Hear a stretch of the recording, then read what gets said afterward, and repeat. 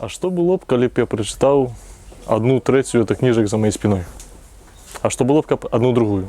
А што было б, каб прачытаў усе кніжкі ў этой краме? Ці было б гэта мне шчасце? Хвала Христу. І першае імя збаўцы, над которым сёння будзем разважаць, гэта мудрасць.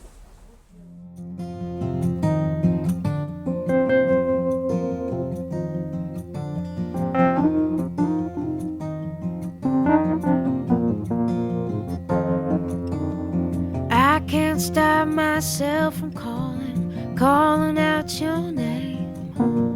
I can't stop myself from falling back again in the morning. Baby, in the afternoon.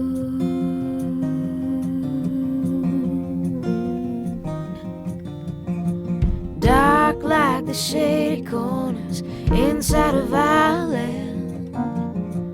Hot like to burn my lips. I know I can't win in the morning.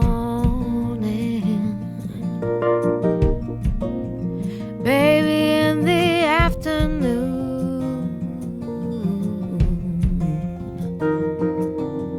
I tried to quit you, but I'm too weak. Waking up without you, I can hardly speak at all.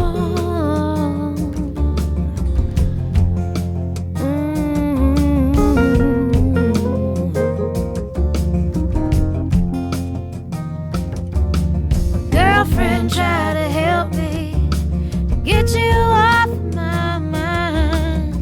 She tried a little tea and sympathy to get me to unwind in the morning. В Євангелії святого Яна Ісуса називають Словом, Логосом. Некоторые библисты кажут, что святый Ян праз гэта слово хотел навязать до мудрости, уособленной мудрости, которая была прагнением кожного мудреца Израиля, которая была прагнением кожного человека, который шукал збавления, шукал счастья на дороге Божьих заповедей. Иисус – мудрость. Тая мудрость, которая была с Богом, когда Он ствараў свет. Тая мудрость, которая проникает в весь гэты свет и ведае, з чаго ён зроблены.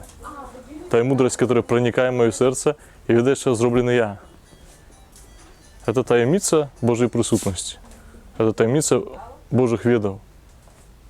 Нас здзіўляе і захоплівае. І родзіцца пытанне, ці мудрасць гэта проста веды?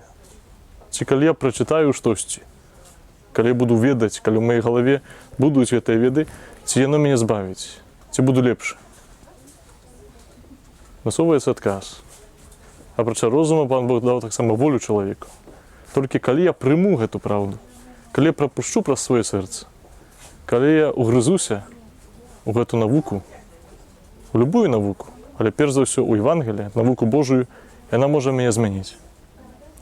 Мудрасць пранікае ўсё, але Слово Божие пранікае таго, хто хоча адкрыцца на яго. На гэты першы дзень падрыхтоўкі да спаткання з Збаўцы. Зададзім сабе пытанне, ці мы даем Божаму Слову нас пранікнуць?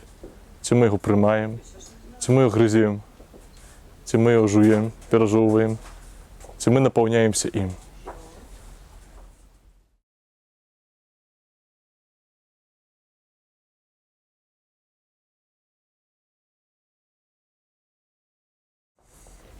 І каб не было, што запрашаю не вучыцца, не чытаць, каб не было, што францішканін кажа, што дастаткова толькі любові і веданні патрэбныя.